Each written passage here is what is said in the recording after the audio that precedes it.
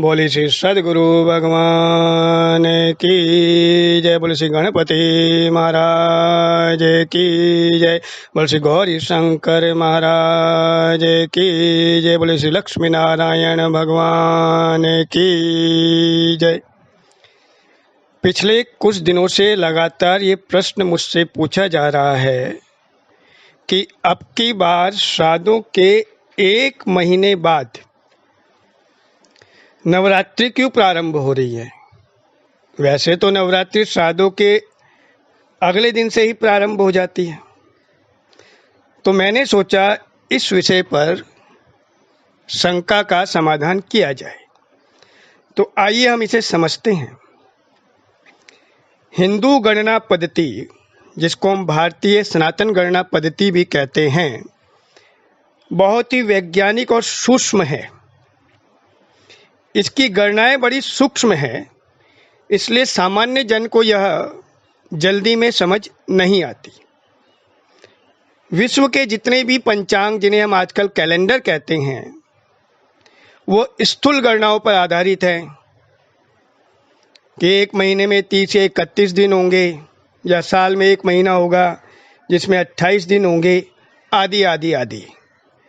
लेकिन भारतीय कैलेंडर, भारतीय पंचांग बहुत सूक्ष्म गणनाओं पर आधारित होता है। ये जो कैलेंडर है भारतीय, ये सूर्य की गति और चंद्रमा की गति, इन दोनों के आधार पे चलता है। हमारा पंचांग चंद्रमा की गति और सूर्य की गति पर आधारित है। हर महीने में एक संक्रांति आती है, ये सूर्य की गति पर आधारित है, और हर महीने में पूर्णिमा आती है, यह चंद्रमा की गति पर आधारित है। हम अपने पंचांग में 2 प्रकार के महीने मानते हैं, एक चंद्रमा के आधार पर और एक सूर्य के आधार पर। संक्रांति से जो महीना प्रारंभ होता है वो सूर्य के आधार पे है, और पूर्णिमा के बाद जो महीना प्रारंभ होता है वो चंद्रमा के आधार पे है। तो समझिए इस बात को बड़े ध्यान से कि चंद्रमा का जो 1 वर्ष होता है, जिसको चांद्र वर्ष कहते हैं, वो लगभग 354 दिनों का होता है। और सूर्य का जो 1 वर्ष होता है, जिसे सौर वर्ष कहते हैं, वो लगभग 365 दिन का होता है। अब सौर वर्ष और चांद्र वर्ष में 365 और 354 का जो अंतर 1 साल में आता है, वो 11 दिन का आता है। और इस प्रकार हर 3 वर्ष में ये अंतर लगभग 33 दिन का, अर्थात लगभग 1 महीने के बराबर हो जाता है। तो इस अंतर को पाटने के लिए हमारे ऋषिगणों ने, हमारे मुनियों ने, जिनको कि मैं बार बार वैज्ञानिक कहता हूँ, इन्होंने एक नियम बनाया। हर 3 साल बाद हम 1 महीने को बढ़ा देंगे, जिसको कि अधिक मास कहते हैं, कुछ लोग मल मास कहते हैं, कुछ लोग पुरुषोत्तम मास कहते हैं, जो कि इस साल है। अब ये महीना बैसाख का हो, चैत का हो, माघ का हो, यह इसकी गणना अलग ढंग से की जाती है, उस पर फिर कभी बात करेंगे।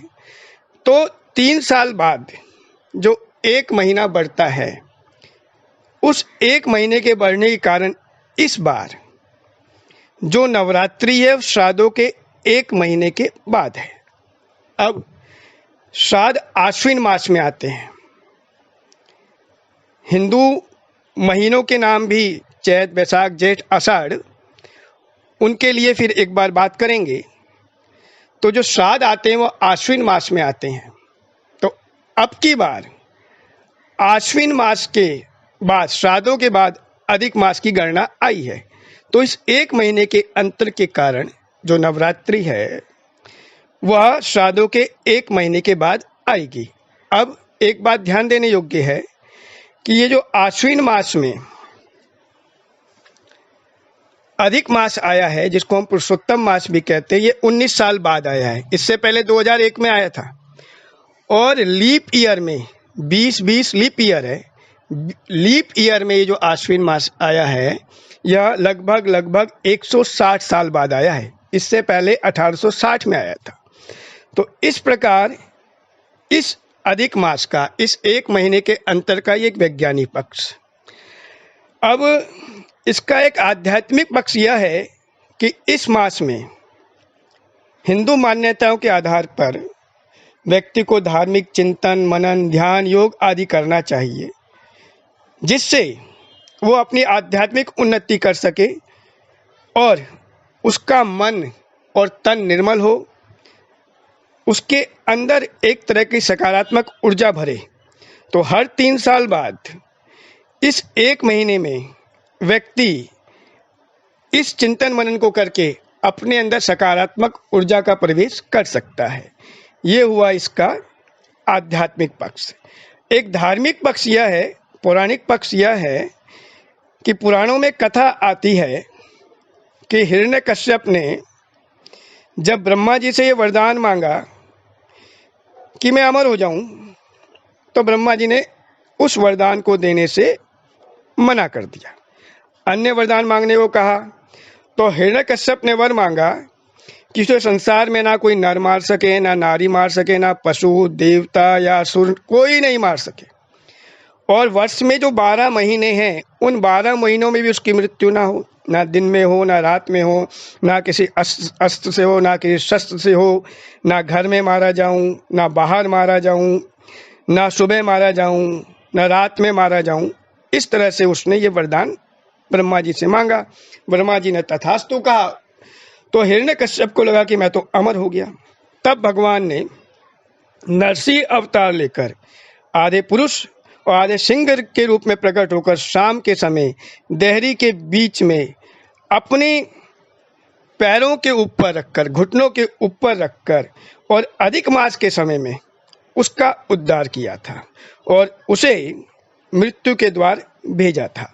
ये एक पौराणिक कथन आता है। तो इस प्रकार अधिक मास, जिसको पुरुषोत्तम मास भी कहते हैं, हिंदू पद्धति में हर महीने के एक अधिपति देवता हैं।